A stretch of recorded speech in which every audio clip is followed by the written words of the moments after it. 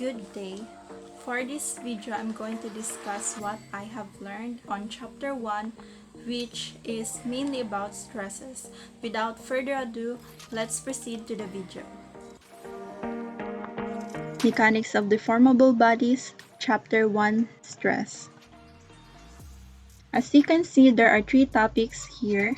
First, let us know what mechanics is. Mechanics is a science that is concerned with the motion of bodies. This leads to the studies like magnetism, electricity according to the nature of forces that is involved, gravity, and many more. Let us now proceed to the fundamental areas of engineering mechanics. There are three fundamental areas of engineering mechanics. First, statics, studies of bodies in equilibrium. There is no unbalanced forces on body that is either at rest or moving in a uniform velocity. We also have dynamics. Unlike statics, dynamics is a studies of bodies that is not in equilibrium but there is an acceleration present. Or to put it simply, it deals with bodies in motion.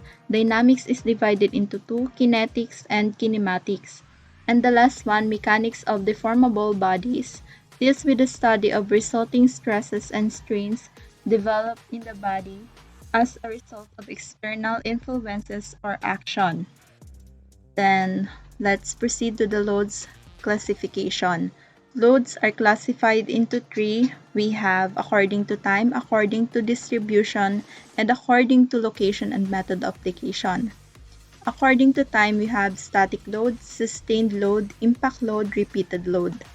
According to distribution, we have concentrated load and distributed load. And according to location and method of application, we have centric load, torsional load, flexural bending load, and combined load.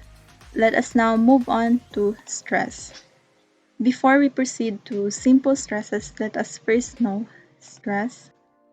Stress is the measure of external force acting over the cross-sectional area of an object. We are using this formula in finding stress. Stress is denoted by a lowercase Greek letter sigma and has a unit force which is P per cross-sectional area which is A. The units of stress can be Newton per meter squared, pounds per inch squared, or in megapascal. Let us now go back to simple stresses. We have normal stress. It can be either compressive stress or tensile stress. Tensile stress means that the material is under tension and the force acting on the material are stretching. While on compressive stress, the material is under compression that the length of the material decrease or will be shortened. We use this formula in normal stress. In the normal stress, stresses are acting perpendicular. In shear stress, stresses are acting parallel or tangent. It is also called tangential stress. In the formula, we have the shear stress, which is denoted by the Greek alphabet tau, where V is applied over the cross-sectional area that is parallel to the force vector. Then we have bearing stress, also referred to as contact stress,